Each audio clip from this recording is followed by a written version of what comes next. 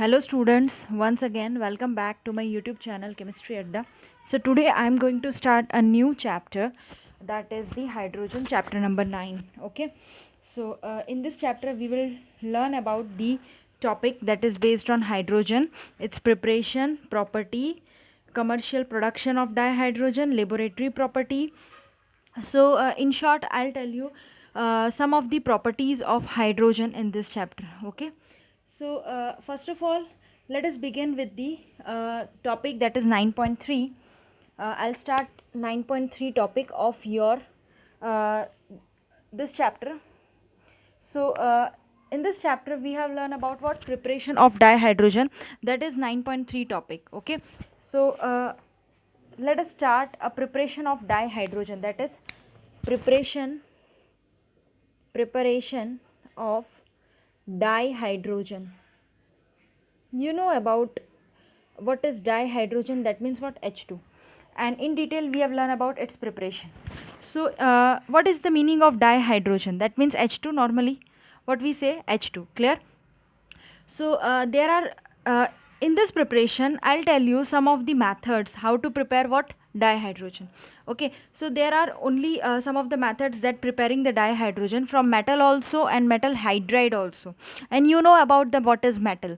Okay, generally what, sodium, potassium, magnesium, these all are what, metals. And metal hydride, as you know about metal hydride, as you already know about metal hydride. What is metal hydride? I'll say that metal means what, sodium, hydride means what, H, that means what, it is known as what, metal hydride. So you all know about, you are very much familiar about this term, metal hydride. Okay, so today we are going to start the first method, laboratory preparation of dihydrogen. That is what, laboratory preparation of dihydrogen, clear? So how the dihydrogen that can be prepared in the laboratory, so that will so here that we discuss about. So you know about the first point is, it is usually prepared, how it is prepared. First of all, you see the, so first of all, what, laboratory preparation of dihydrogen. So what, it is usually prepared by the reaction of granulated zinc with dilute hydrochloric acid. That means it is prepared, whether it is a reaction or it is what, it can be taken dilute HCl, or it can be taken what, concentrated HCl. In both the cases the reactions are different. Okay, why I'm saying this, because you know, you already know that the dilute sulfuric acid, or we can say the dilute HCl, or we can say concentrated HCl. What is, मतलब क्या फ़र्क है दोनों में? What is the difference between dilute HCl and concentrated HCl? Okay, or we can say yes, dilute sulfuric acid और concentrated sulfuric acid. तो फ़र्क इतना ही है कि डाइल्यूट में क्या होता है कि वाटर एडिशन होता है, और कॉन्सेंट्रेटेड में क्या होता है, वाटर हम ऐड नहीं करते हैं. क्लियर है? ओके, तो ये फ़र्क है. और what we can say that it is usually what, prepared in the reaction, so sorry, usually prepared in the laboratory. So in this reaction, that is the reaction of we can take what, granulated zinc. That means zinc is taken in granulated form and with dilute HCl. Let us take an preparation. सबसे पहले लेते हैं, that is what, zinc. zinc को हम लोग क्या कराएंगे, hydrogen यानी H के साथ रिएक्ट करा के क्या बनाते हैं, what we can say that, इसको हाइड्रोजन के साथ रिएक्ट कराएंगे, क्या बनेगा, Zn से Zn+2 plus H2, because you know, already know, you know that the preparation of what, it is the preparation of dihydrogen. So therefore what happen, dihydrogen, 2 hydrogen, that means here also H2, Zn से oxidise होके Zn+2 बन गया. Clear है? It can also be prepared. And the second thing is what, second method is, it can also be prepared by the reaction of zinc with aqueous alkali. What do you mean by reaction of zinc with aqueous alkali? So you know about the alkali, it means what, anything which contain metal with acid, metal with base. Okay, so here alkali means what, you know, sodium hydroxide hai, magnesium hydroxide hai, sodium hydride, it can be also taken in the alkali. Clear? So these are the some of the reaction that we have taken with zinc. and from that you can also prepare sodium zincate. Like, so here first of all you have to take what? Zinc plus 2 NaOH, that means what? Your alkali. Okay, so when you prepare this reaction in presence of zinc with aqueous alkali, so it gives what? Zinc plus NaOH के साथ react कराएंगे तो क्या देगा? Most important reaction Na2ZnO2 plus H2. इसका मतलब क्या हुआ? Sodium zincate. इसका मतलब हुआ सोडियम जिंकेट. ओके, क्लियर है? तो यहाँ पे आपके Na2, ये देखो Na2 Zn एक हो गया, O2 OB2 है और प्लस H2. तो यहाँ पे Na2ZnO2, that is what? Sodium zincate. You need to learn it. Okay, it's very important reaction. So you just तुम ये खाली समझ जाना कि इसको लिखते वक्त आपको कोई मिस्टेक नहीं होनी चाहिए, बिकॉज ये क्या है? सोडियम जिंकेट का फॉर्मूला याद रखना पड़ेगा. Na2ZnO2 और ये Zn और NaOH को हम क्या करेंगे? मिक्सअप करेंगे, तब बनेगा. ओके, सो आपको लिखते वक्त कोई भी मिस्टेक नहीं होनी चाहिए, वो आपको याद रखना है. Then the next one is 9.3.2 commercial production of dihydrogen. तो चलिए देखते हैं what are the productions of dihydrogen. Clear? तो चलिए सबसे पहले आएगा the commonly use process that are outline below. सबसे आपके जो प्रोसेस हैं जो कि डाईहाइड्रोजन के प्रोडक्शन में कौन कौन से प्रोसेस यूज होते हैं. So, in the process of the dihydrogen, what are the process that are commercially used in the production of dihydrogen? The first one is electrolysis of acidified water using the platinum electrode that gives hydrogen. यानी सबसे पहले आपको क्या करना है? You need to electrolyze the water, right? Electrolysis of acidified water, you need to take what? Water using the platinum electrode, and that will give you what? Hydrogen. Okay, like in this way. सबसे पहले हमने क्या किया है? Water ले लिया है liquid form में, उसको आप इलेक्ट्रोलिसिस कराओगे. इलेक्ट्रोलिसिस का मतलब क्या होता है? What do you mean by electrolysis? और we can say traces of acid और बेस. क्लियर? और फिर हम यहाँ पे 2H2 गैस के फॉर्म में और प्लस O2 ऑक्सीजन गैस. तो what do you mean by electrolysis? So electrolysis means what? That means electrolyte and हमारा electrode. When electrode is dipped in electrolyte, that means what? Some of the compound that will totally dissolve in what? Electrolyte. Clear? Like in zinc ले लो आप, sodium ले लो, कोई भी आप ऐसा solute ले लो जो कि आपका सॉल्वेंट में पूरी तरह से डिजॉल्व हो जाता है. That is your electrolysis process. Clear? Okay, electrolysis process में आपके पास क्या होगा कि 2 इलेक्ट्रोड में होंगे, कैथोड एंड एनोड के. कैथोड पे पॉजिटिव चार्ज डेवलप होगा और कैथोड पे अब इलेक्ट्रोलिसिस प्रोसेस है तो इसमें क्या होगा? आप देखते हो जनरली आपका कैथोड पॉजिटिव होता है, लेकिन इलेक्ट्रोलिसिस का केस होता है तो आपका कैथोड जो होता है वो नेगेटिव हो जाता है और एनोड पॉजिटिव हो जाता है. Why? Because what? Oppositely charge. यहाँ पे क्या करते हैं हम? उसको बैलेंस कराने के लिए हम KCl ऐड करते हैं. KCl ऐड करने पे तुम्हारा वो क्या होता है? इलेक्ट्रोड जो है वो पूरी तरह से बैलेंस होगा और उसके बाद फिर उन दोनों पे ऑपोजिट चार्ज आता है. दैट इज़ व्हाट इलेक्ट्रोलिसिस के. इलेक्ट्रोलाइट अपना पूरी तरह से सोल्यूट जो है हमारा पूरी तरह से क्या है? डिजॉल्व हो चुका है इलेक्ट्रोलाइट में. That is electrolysis process. और यहाँ पे आपका कैथोड एनोड का साइन चेंज हो जाएगा, इतना ध्यान रखना. ओके, सो यहाँ पे इलेक्ट्रोलिसिस में तुम्हें क्या करना है? पहले वाटर लेना है और देन इलेक्ट्रोलिसिस करेंगे तो आपको ट्रेस अमाउंट में एसिड बेस लेना है, एकदम कम अमाउंट में ट्रेस अमाउंट में एसिड बेस लेना है. तो आपको H2 और O2 का गैस आपको यहाँ पे बाई प्रोडक्ट में मिलेगा. क्लियर है? Okay, then the second one is what? High purity. That means you need to take what? High purity. तो यार आपको क्या लेना है? हाई प्योरिटी में क्या लेना है? That is it is greater than 99.95%. यानी हाई प्योरिटी का क्या लेना है? Dihydrogen that is obtained. आपको H2 आपका ऑब्टेन्ड होगा. हाई प्योरिटी वाला कितना? यानी 99.95 से भी ज़्यादा. That means dihydrogen is obtained by electrolysing warm aqueous barium hydroxide solution between the निकल इलेक्ट्रोड्स. यानी ये आपको याद रखना है कि आप क्या करोगे? आप बेरियम हाइड्रोक्साइड समझते हो, BaOH whole twice, barium hydroxide. Okay, barium hydroxide solution को आप थोड़ा सा वार्म करा के इलेक्ट्रोलाइज कराओगे. दैट मीन्स कौन से सोल्यूशन के पास रखना है? दैट इज निकल इलेक्ट्रोड के पास आप रखोगे. दैट मीन्स क्या होगा? OH नेगेटिव है, डायरेक्ट निकल पॉजिटिव से अटैच हो जाएगा. सो प्योरिटी आपको डाईहाइड्रोजन की इस केस में बहुत ज़्यादा देखने को मिलेगी. समझ में आया? तो dihydrogen that can B obtain bye electrolysing what? Warm aqueous barium. आपको थोड़ा सा वार्म करना है. किसको? बेरियम हाइड्रोक्साइड को सोल्यूशन एंड बिटवीन द निकल इलेक्ट्रोड्स के बीच में रख के देन फिर आपको इलेक्ट्रोलाइजिंग प्रोसेस करवाना है. सो इलेक्ट्रोलाइजिंग प्रोसेस वही होगा, मैंने आपको वही बोला कि इसमें आप निकल आपका इलेक्ट्रोड है और बेरियम हाइड्रोक्साइड आपका सोल्यूशन है. दैट मीन्स आपका क्या हो जाएगा, इलेक्ट्रोड एंड इलेक्ट्रोलिसिस दोनों मिक्सअप होके क्या होंगे, एक आपको इलेक्ट्रोलिसिस प्रोसेस होगा, प्योर डाईहाइड्रोजन देखने को मिलेगा. ठीक है, ये आपका सेकेंड कमर्शियल क्या है, प्रोडक्शन है. The third one is it is obtained as a byproduct in the manufacture of sodium hydroxide. यानी कि हम जब भी सोडियम हाइड्रोक्साइड का क्या करते हैं, मतलब अगर मान लो क्या होगा कि सोडियम हाइड्रोक्साइड का आप लोग क्या करवाते हो, मैन्युफैक्चरिंग कराते हो, तो एक टाइप से वो बाय प्रोडक्ट में कौन निकलता है, हमारा डाईहाइड्रोजन. समझ में आया. So it is also obtained as a by product in the manufacture of sodium hydroxide and chlorine by the electrolysis of brine solution. और है ना, ब्राइन सोल्यूशन में आप ब्राइन भी एक टाइप का सोल्यूशन आता है, तो उसमें क्लोरीन निकलता है.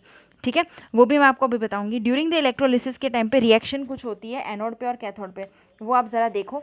एनोड पे कौन सी रिएक्शंस होती है, देखो एनोड पे कौन सी रिएक्शन होगी, तो हम जानते हैं कि इलेक्ट्रोलिसिस का प्रोसेस हुआ है तो क्या होगा, अगर मान लो Cl, यस अभी हम Cl की बात करें कि Cl आपको देखने को मिलेगा ब्राइन में, तो Cl अगर एक्वस में प्रेजेंट है तो आपको Cl माइनस से कि आपको Cl2 चाहिए ना, क्लोरीन मेन चाहिए ना फॉर्म, और उस वजह से फिर उसको लूज़ करना पड़ेगा.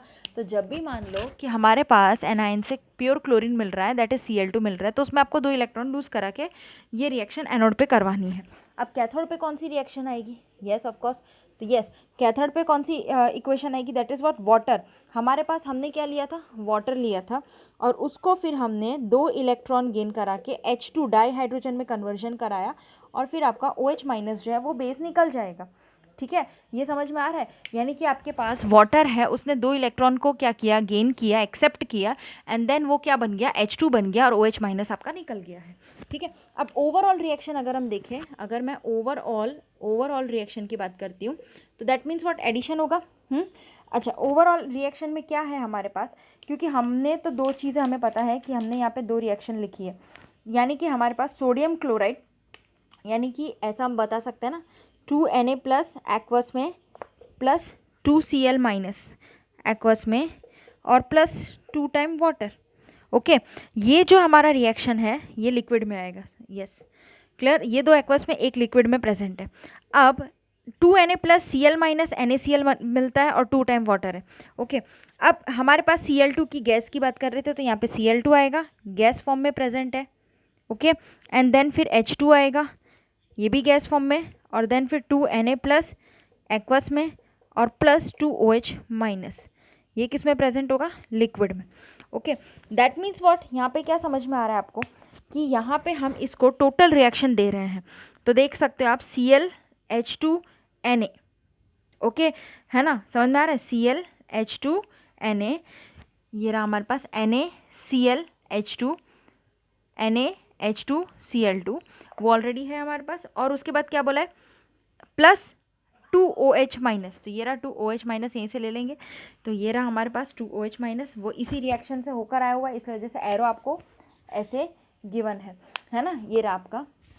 और ओवरऑल रिएक्शन देखें तो यही Cl के लिए, वाटर के लिए, दोनों को आप कर दो तो आपका ओवरऑल यही आएगा, और फिर इसके ऊपर से आप Cl आप ऐड करोगे, तो ऑब्वियसली क्या हो जाएगा यहाँ पे कि Cl माइनस और वाटर है, तो Cl2, दैट मीन्स व्हाट, यहाँ पे आपने देखा था Cl2 का प्रोडक्शन हुआ था, दैट मीन्स H2, और उसके बाद Na, और देन फिर यहाँ से OH माइनस. ओके, तो ये पूरा आपका क्या है कि सोडियम हाइड्रोक्साइड का पूरा प्रोसीजर है. अब उसके बाद फोर्थ में आपका आता है, that is what, reaction of steam on hydrocarbons और कोक. अब यानी स्टीम देखा, आप स्टीम पे रिएक्शंस देखी होगी आपने. फोर्थ वाले पॉइंट क्या कह रहा है कि reaction of the steam on hydrocarbon पे स्टीम के थ्रू रिएक्शंस होता है. Coke at high temperature in the presence of what, catalyst that yield hydrogen. यानी हम ये कह सकते हैं इसमें स्टीम आपका बहुत ही इंपॉर्टेंट टर्म है. ओके, यानी कि स्टीम के थ्रू रिएक्शन कराते हैं, है ना. तो यहाँ पे वही बोला है कि reaction of steam on hydrocarbons का मतलब क्या होता है कि हाइड्रोजन और कार्बन, हाइड्रोकार्बन्स का मतलब हाइड्रोजन और कार्बन कंटेनिंग हमारा क्या होगा, चेन होगा. जैसे कि CH3 CH2 CH2 CH3, मान लो ऐसा कुछ है, तो ये आपका क्या है, ये आपका ब्यूटेन है, तो ये आपका हाइड्रोकार्बन का चेन हुआ, ऐसा बोलेंगे हम. समझ में आ रहा है, क्लियर है. तो ये स्टीम, तो यहाँ पे क्या होगा, स्टीम हम क्या करा रहे हैं, रिएक्शन करवा रहे हैं on the presence of steam on hydrolysis, और व्हाट, कोक कोक से भी करा सकते हैं, हाई टेम्परेचर ले लो in presence of what catalyst भी कराओगे तो आपको अच्छा हाइड्रोजन का अच्छा यील्ड मिलेगा। समझ में आया? हाँ या ना? उसके बाद देख सकते हो आप लोग कि इसी के बेसिस पे एक रिएक्शन गिवन है आपको, CnH2n+2 यानी हमारा CnH2n+2 ये रिएक्शन आप देख सकते हो, है ना। तो ये हमारा क्या है, ये हमारा हाइड्रोकार्बन किस चेन के, एल्केन के प्रेजेंस में है। तो CnH2n+2 करोगे प्लस n टाइम वाटर कर दोगे, okay, at 1270 kelvin, and that is nickel आपका कैटलिस्ट है। तो आपको क्या मिलेगा, NCO प्लस 2NCO आपको मिल जाएगा, यानी n टाइम आपके पास CO है, कार्बोनिल CO, उसके बाद ये CO बढ़ाएगा प्लस 2n+1H2, ओके। ये आपका रिएक्शन होगा, दैट मीन्स CnH2n+2 ये आपके पास एल्केन की चेन है, उसमें n टाइम आप वाटर ऐड कराओगे तो 1270 निकल कैटलिस्ट के प्रेजेंस में NCO यहाँ पे क्या हो जाएगा, ये जो कार्बन है वो ऑक्सीजन के साथ ज्वाइंट होकर और प्लस 2n+1 हाइड्रोजन। अब आप यहाँ पे भी देख सकते हो ये कितना बन रहा है, 2NH2, जितने टाइप यहाँ पे बनेगा वैसे ही यहाँ पे 2NH2 बनेगा, क्लियर है। तो उतने टाइम ये और फिर plus H2, that means what, ये हाइड्रोजन का। सो यहाँ पे हमें देखने को मिल रहा है वो आपका n वाटर टाइम पे। तो ये आपका क्या होगा, रिएक्शन होगी। और इसी के बेसिस पे आपको एग्जांपल एक दिया हुआ है बहुत ही अच्छा, वो भी देख लेते हैं। तो इसके बेसिस पे अगर आपको कोई बोले एग्जांपल लिखने के लिए तो क्या दोगे, CH4 मतलब ये आपका एल्केन का चेन हुआ, ये आपका एल्केन है, CnH2n+2 ये आपका एल्केन का फॉर्मूला होता है, यानी आपको यहाँ पे एल्केन लेना है। समझ में आया? अब आप इसको कैसे अप्लाई करोगे मैं आपको वो भी बताती हूँ। कार्बन में क्या है, कार्बन एक है, यानी यहाँ पे n, वेयर n की वैल्यू यहाँ पे क्या पुटअप करो, एक पुटअप करो, ठीक है। तो कार्बन 1H 2n+2, तो 2 × 1 + 2, ओके। तो क्या हो गया, कार्बन 1H कितना आया, तो 2 + 2 4, ठीक है। तो आपका फॉर्मूला क्या बना, CH4। तो ये आपका क्या बना, ये आपका नॉर्मल एल्केन बना। तो एल्केन का फॉर्मूला क्या होता है, CnH2n+2। सेम वे में अगर आपको यहाँ पे आपको ये वन यानी पहला कार्बन अगर प्रेजेंट है तो एक लेने का, और अगर मान लो आपको यहाँ पे दूसरा कार्बन चाहिए तो यहाँ पे 2 ले लो, फिर इधर भी आपको 2 करना पड़ेगा, ठीक है। 2 × 2 = 4 + 2, यानी यहाँ पे कितना आएगा, हाइड्रोजन 6 और कार्बन 2। तो ये आपका क्या होगा, फिर C2H6 आपका क्या हो जाएगा, ईथेन आ जाएगा। समझ में आ रहा है? तो इस वे में आप क्या कर सकते हो, ये फॉर्मूले का यूज़ करोगे, CnH2n+2, ओके। एक अगर आपको N1 लोगे तो आपका एक कार्बन का मीथेन आएगा, N2 लोगे तो आपके पास इथेन आएगा, 3 लोगे तो प्रोपेन आएगा, इस वे में आएगा, क्लियर। तो ये ले लिया हमने CH4 प्लस वाटर ले लोगे, ये दोनों क्या है आपके, methane gas, water gas in presence of 1270 kelvin, निकल कैटलिस्ट, निकल आपका कैटलिस्ट प्रेजेंस में आएगा।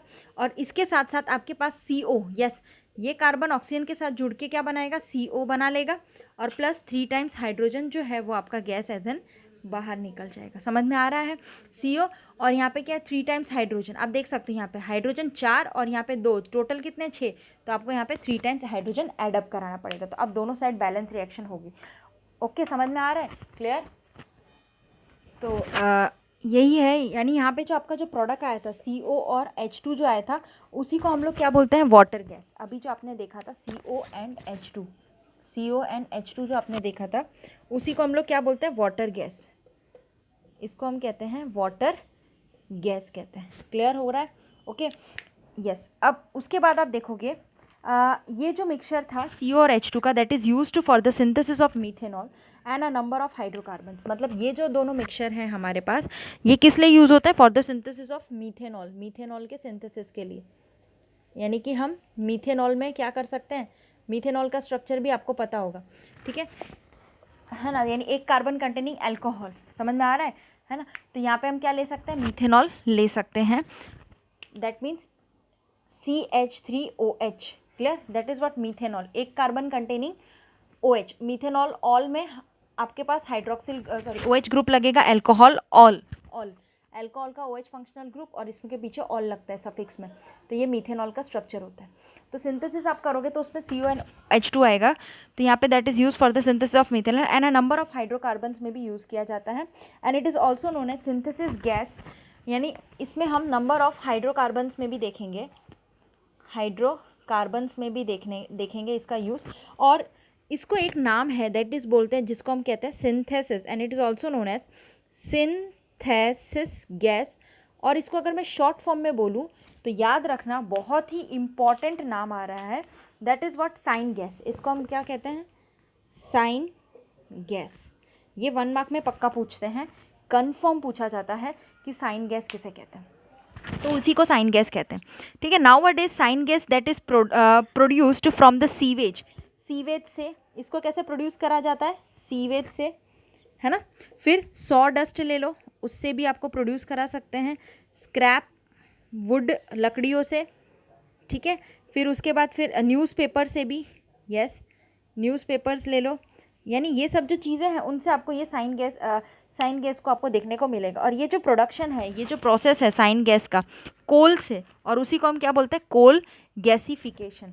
यानी आप ये कह सकते हो the process of production of the syngas from the coal, यानी कि syngas from coal. Syngas का प्रोडक्शन कहाँ से, कोल से जो होता है, उसी को हम क्या कहते हैं, कोल गैसिफिकेशन। याद रखो, that is known as what, coal gasification. Okay, ये टर्म आपको याद रखना है। अब इसके लिए आपको कौन सा रिएक्शन याद करना है, तो कार्बन है हमारा, जनरली वही होगा, और उसमें आप वाटर ऐड कर रहे हो, ठीक है। गैस हमारा कार्बन सॉलिड, वाटर ऐड कर रहे हो, 1270 केल्विन टेम्परेचर है अपना, ये आपको याद रखना है। तो आपको CO + H2 मिलेगा, हो रहा है कि नहीं। तो यहाँ पे ये मिक्सचर मिल गया, CO + H2 मिल गया है, क्लियर। ये आपका CO और ये आपका H2 दोनों अलग अलग मिल गया, तो ये आपको मिक्सचर याद रखना है। और ये जो प्रोडक्शन है डाई हाइड्रोजन का यहाँ पे, यानी ये वाला प्रोडक्शन जो है यहाँ पे डाई हाइड्रोजन का, that can be increased by the reaction. ये इसका प्रोडक्शन हम क्या कर सकते हैं, बढ़ा सकते हैं धीरे धीरे। H2 हम क्या करा सकते हैं, प्रोडक्शन को बढ़ा सकते हैं। So that can be increased by that can be increase by reacting carbon monoxide of syngas mixture with steam in the presence of iron chromate as an catalyst. अब हमें ना देखो क्या करा सकते हैं कि हम लोग ये जो प्रोडक्शन है डाई हाइड्रोजन का और ज़्यादा बढ़ा सकते हैं। उसके लिए वही एक और रिएक्शन है जो कि मैं आपको बता रही हूँ। अब यही आपको लेना है वापस। तो देखो CO वापस लिया है आपने, गैस फॉर्म में लिया है, प्लस वाटर गैस फॉर्म में। ये दोनों जो है हमारा CO है और वाटर है, ये दो हमने ले लिया। दैट मीन्स डाई हाइड्रोजन का प्रोडक्शन हम फिर से कराएंगे, that can be increase by reacting carbon monoxide. यानी आपने कार्बन मोनोऑक्साइड ये लिया है, इसको क्या बोलते हैं, carbon monoxide. That can be react by using the carbon monoxide of syngas mixture.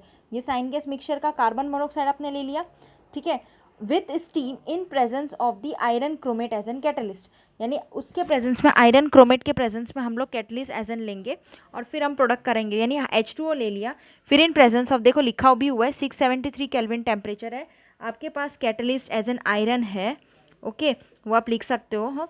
तो दैट इज आयरन कैटलिस्ट है आपके पास।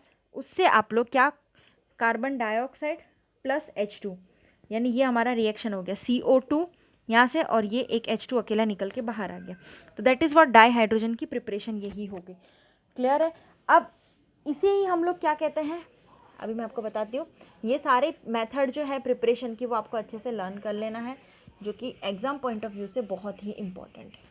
ओके, सो ये जो आपका आया CO + H2 जो आया यहाँ पे अभी, उसी को हम क्या बोलते हैं, वाटर गैस शिफ्ट रिएक्शन। इसको हम लोग क्या बोलते हैं, ये जो आया वो सब, ये वाला जो रिएक्शन है, so it is known as, this is called as water gas shift reaction. Okay, इसी को हम क्या बोलते हैं, वाटर गैस शिफ्ट रिएक्शन कहते हैं। वो आपको याद रखना है। Carbon monoxide that is removed by, कैसे इसको, कार्बन मोनोऑक्साइड को कैसे हम कार्बन डाइऑक्साइड को हम यहाँ से कैसे रिमूव कर सकते हैं, by scrubbing with sodium arsenide solution. Arsenide यानी यार आर्सेनाइड, सोडियम आर्सेनाइड का सोल्यूशन को थोड़ा सा आप स्क्रब कर दोगे तो आपका CO2 रिमूव होगा।